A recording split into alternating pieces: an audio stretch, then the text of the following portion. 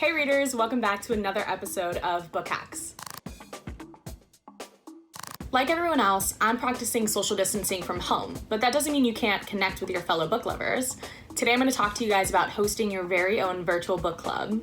Whether you already had a regular book club or are starting fresh, you'll first want to gauge interest from your potential clubbers in doing something remote. People will be more willing to join if you show some enthusiasm and have a plan. A casual group text might not be the best way to kick things off. Instead, try an email. You can list out all of the info and make sure everyone has webcam access and an internet connection from this century. No judgment. Throw in some jokes and a quality GIF and you're good to go. Next, pick a video conference tool that works for everyone. A video chat app like FaceTime might be okay for 2 to 3 people, but for anything more, you'll need something more robust. Hello? Is anyone there?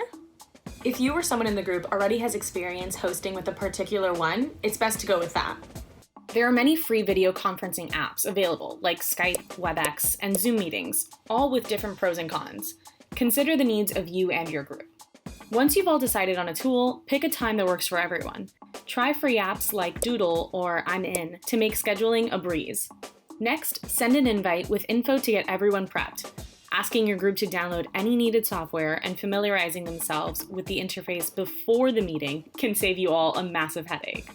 Let's get some technical stuff out of the way. I'd recommend everyone use a laptop or a computer during the meeting.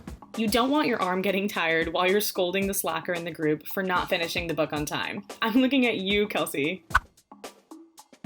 Definitely use headphones. They cut down on the extra noise and will make your housemates and neighbors hate you just a little less. Bonus points if you have a pair with a microphone. It might be good to dedicate the first 5 minutes to troubleshooting potential tech problems. Use the chat window if people can't hear you. A typical problem is if your computer's audio-video inputs aren't being used by the app. There should be a preference section where this can be configured. It's usually labeled with a wrench or cog icon. When all else fails, you can always try restarting the app or your computer. Okay, let's see how this virtual book club is looking.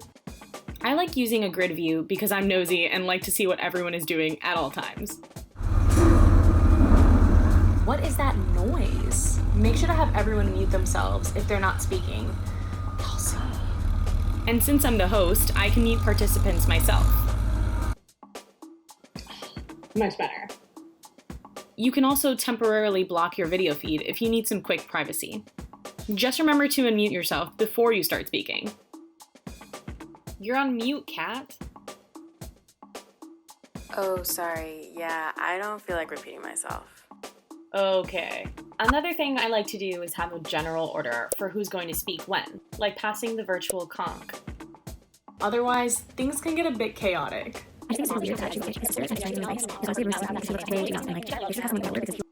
Some apps have a virtual hand-raising feature too, if someone wants to interject. Yeah, go ahead, Natasha. No, I was just demonstrating the button. Demonstrating for who? You can also consider recording the session to preserve all these insightful moments.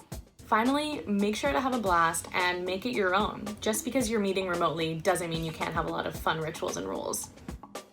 As long as there's still wine and cheese, I'll be happy. See you next time on Book Hacks. How do I turn this thing off?